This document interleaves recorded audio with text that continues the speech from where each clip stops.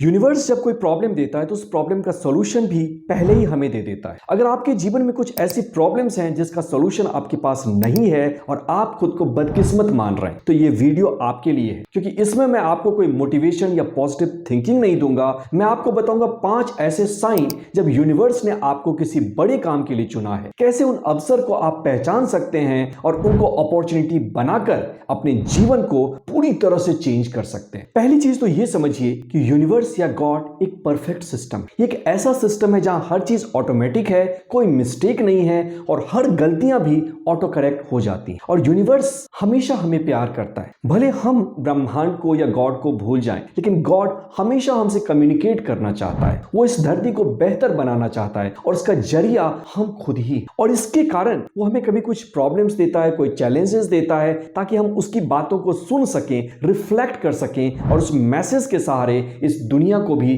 कुछ देकर जाएं। पहला साइन, अगर आपके जीवन में कोई बड़ी दुर्घटना हुई है या एक्सीडेंट हुआ है तो ये इशारा है कि यूनिवर्स कोई बड़ा काम आपके सहारे करवाना चाहता है। ये है मेरे दोस्त हर्ष दीक्षित। जरा देखिए इनके इस वीडियो को। वाओ, क्या स्टाइल है और क्या स्माइल है। लेकिन आपको पता है ये सिर्फ खेल नहीं रहे, ये मैजिक कर रहे हैं अपने रैकेट के सहारे। हजारों लाखों लोग जो कि ना उम्मीद बैठे हैं, होपलेस बैठे हैं, उनके जीवन में ये अपने काम से एक उजाला और उम्मीद ला रहे हैं। 2009 जब ये तैयारी कर रहे थे, इनका एक एक्सीडेंट हो जाता है और सर्वाइकल इंजरी के कारण इनके पैर पैरालाइज हो जाते हैं, जो कि इलाज के बावजूद ठीक नहीं हो सकते। एक नॉर्मल इंसान की तरह इन्होंने सोचना शुरू किया, मैं बदकिस्मत हूं, अब मेरा कुछ नहीं हो सकता, ये जिंदगी का अंत है। लेकिन जब इन्होंने शांत होकर रिफ्लेक्ट करना शुरू किया, ये समझा कि जिंदगी कभी खत्म नहीं होती, क्योंकि गॉड हमेशा हमसे प्यार करता है। जब एक रास्ते बंद होते हैं तो कई रास्ते खुलने शुरू हो जाते हैं। अचानक इन्हें रास्ता मिला और इन्होंने फिर से टेबल टेनिस खेलना शुरू किया और आज ये इंडिया को पैरालंपिक्स में टेबल टेनिस के लिए रिप्रेजेंट कर रहे हैं और लाखों लोग इनको फॉलो कर। उसी तरह से अगर कोई बड़ी एक्सीडेंट आपके जीवन में आई तो सिर्फ नेगेटिव थॉट्स को अपने ऊपर हावी ना होने दें। शांत होकर ये सोचें कि आखिर यूनिवर्स ने आपको ये क्या दिया, इसके सहारे वो आपको क्या मैसेज देना चाहता है। वो कहता है कि रुको, रिफ्लेक्ट करने के लिए कहता है। और जैसे ही आप उस मैसेज को लेते हैं, उसे ना सिर्फ आपकी जिंदगी टर्न होती है, बल्कि आप ये देखेंगे हजारों लोगों के जीवन को आपने इंस्पायर किया, पलट दिया। क्योंकि याद रखिएगा, जीवन में कोई दुर्घटना नहीं है, सिर्फ ये घटना है। और जो भी यहां हो रहा है वो आपके साथ नहीं हो रहा है, वो आपके लिए भी हो रहा है। और दूसरी बात कि आपका उतना ही टैलेंट खोलेगा जितनी बड़ी प्रॉब्लम आपके जीवन में आएगी। तो प्रॉब्लम आपके अंदर के टैलेंट को खोलने का एक इन्विटेशन।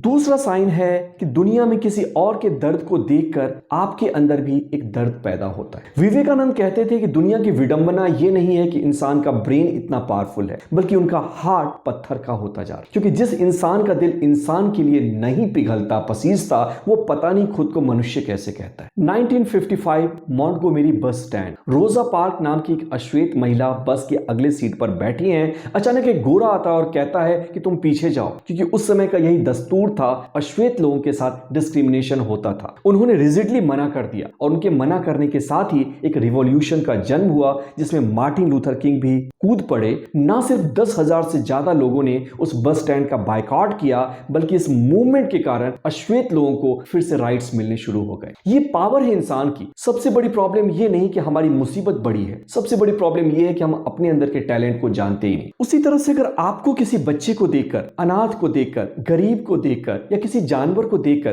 कोई फीलिंग आती है तो ये अकारण नहीं है, ये यूनिवर्स का एक इन्विटेशन है कि आपके थ्रू कुछ बड़ा होने वाला है। प्लीज उस इंट्यूशन पे, उस इंपल्स पे काम करिए, वो रास्ते ढूंढिए जिसके सहारे कि आप इसके लिए कोई एक्शन ले सकते हैं। क्योंकि जिस दिन आपने यूनिवर्स के इंपल्स को समझकर कोई भी एक्शन लिया, उस दिन आप इस पूरे विश्व को कोई बड़ा गिफ्ट देकर जाएंगे। तीसरा साइन जब यूनिवर्स कुछ बड़ा कराना चाहता है वो है रिपीटेड फेलियर। अगर किसी काम को करते समय आपको बार बार असफलता मिल रही है, चाहे जॉब में, बिजनेस में, रिलेशनशिप में, तो ये ब्रह्मांड का एक बड़ा इशारा है, इसको समझने की जरूरत है। ये है सिंधु ताई। 4th क्लास में इनको अपनी पढ़ाई छोड़नी पड़ी। 9 साल की उम्र में इनकी शादी हो जाती है। 20 साल की उम्र में जब ये प्रेग्नेंट थी, इनकी फैमिली ने इनको घर से निकाल दिया और ये बेघर हो गई। इसके बावजूद इन्होंने हिम्मत नहीं खोई, बच्चे को एक अस्तबल में जन्म दिया, अपने बच्चे को गोद दिया। लेकिन उसके बाद वो 1500 से ज्यादा बच्चों की, बेघर अनाथ बच्चों की मां बन गई। और ऐसा इसलिए हुआ क्योंकि रिपीटेड फेलियर्स, हर जगह इनको असफलता मिल रही थी। लेकिन असफलता के बाद इंसान क्या सोचता है? गॉड शायद मेरे फेवर में नहीं है, ब्रह्मांड यही चाहता है, वो मुझे कुछ देना नहीं चाहता है,